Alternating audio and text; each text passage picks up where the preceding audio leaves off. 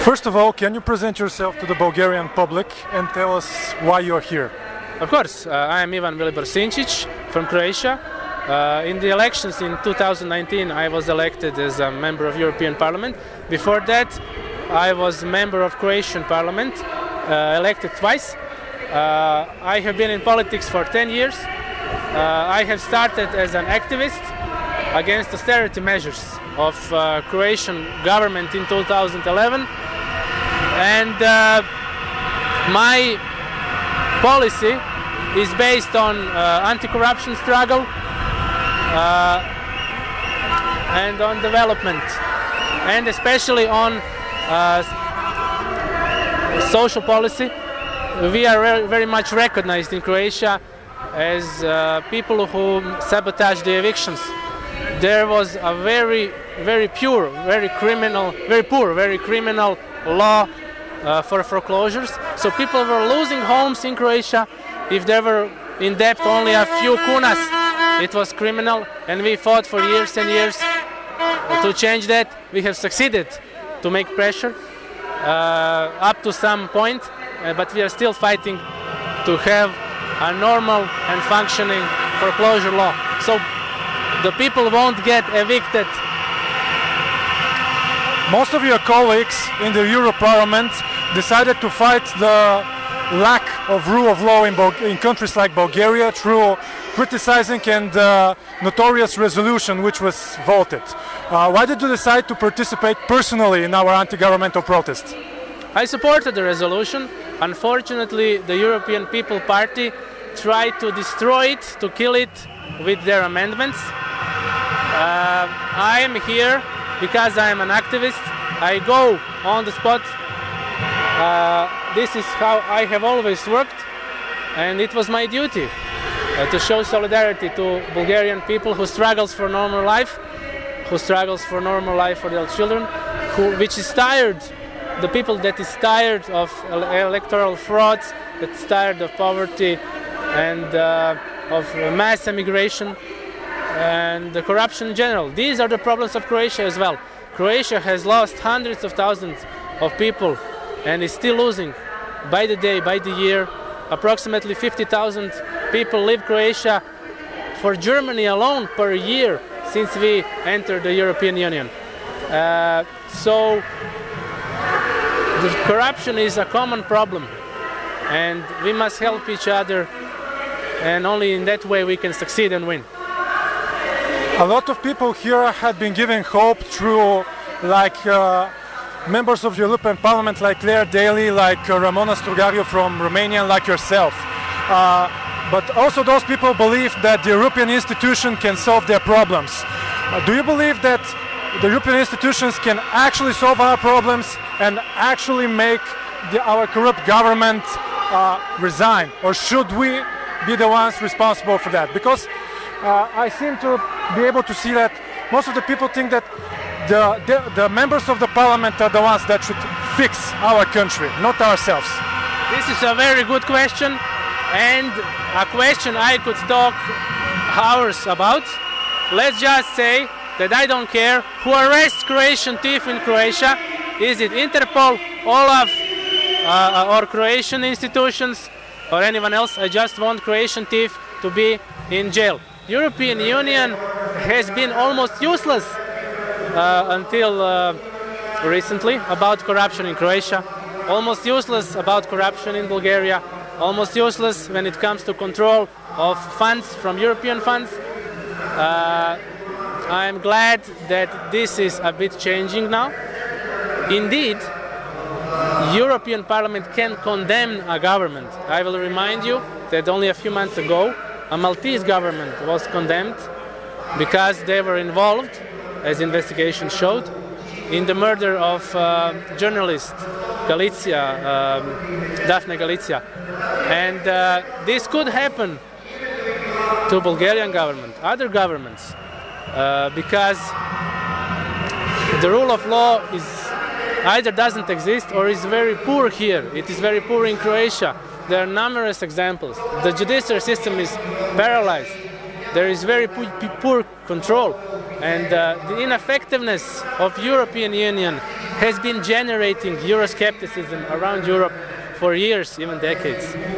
And after Brexit, they have finally understood that they have to do something to show that this European Union has some point. So now they have made a mechanism, a rule of law mechanism.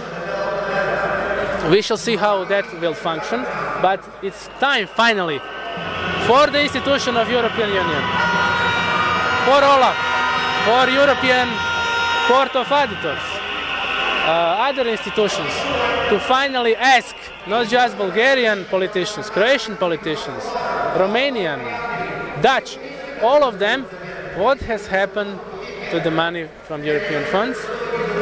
Up until now, controls were very poor, they were very rare, and there was almost no effect. Let me explain in Croatian example. In Croatia, when you see corruption with European money, you report that to Olaf.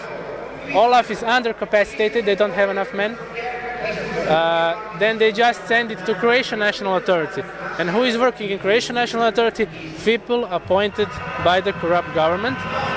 In Croatia, by the way, the AFCOS agency doesn't even have legal tools to control the money. So basically in Croatia, de facto there is nobody controlling it.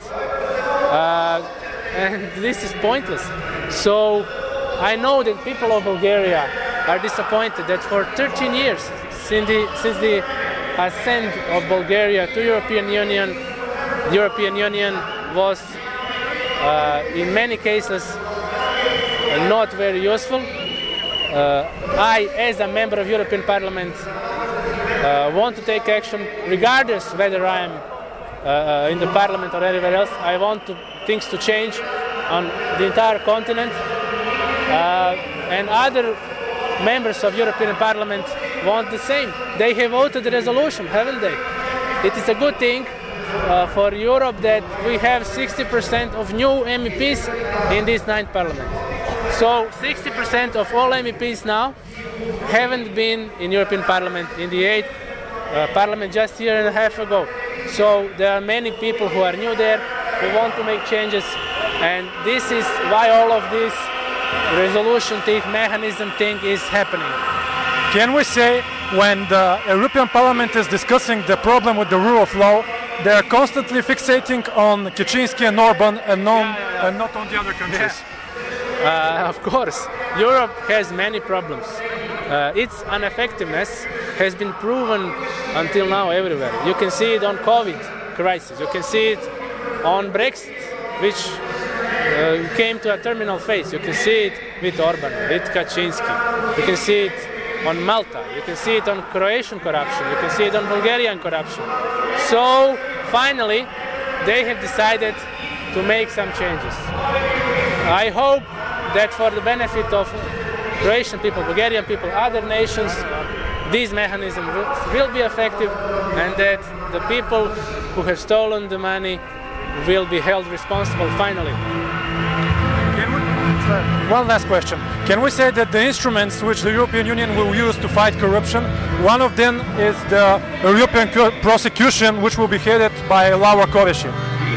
Well, this is another institution that is supposed to help reduce corruption, but for now this office, I must say, Laura Kövesi has amazing results in Romania, and I hope Croatia gets our own Laura Kövesi to make some order and to reduce corruption. Until now we haven't got it. I hope Bulgaria gets one, even better than Laura Kövesi. But the office you are talking about hasn't started yet, and for now it has too little money and too little people working there to be effective on a major scale. If this changes, then they could really make a change.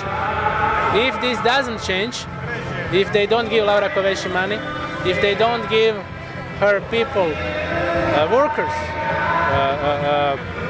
people who know how to do their job in this sector, then it will be just it will not be effective simply. If you look at the budget that was intended for her office, and if you look at the number of people working there, you will see that for the entire Europe it is simply too little. I must say, in Croatian, of course, a body that controls Croatian European funds, only 5 people work there. And even if they had legal tools, as I said they don't, if they had legal tools to do something, they simply aren't enough of them. So if you want to fight against corruption, you need to do it seriously. If you don't do it seriously, then you have unsatisfied people like in here. Borisov government, as they tell me, has announced or made some small steps, but people don't believe in those reforms. They don't believe Borisov, and this is why there are so many of them here and for the last 100 days.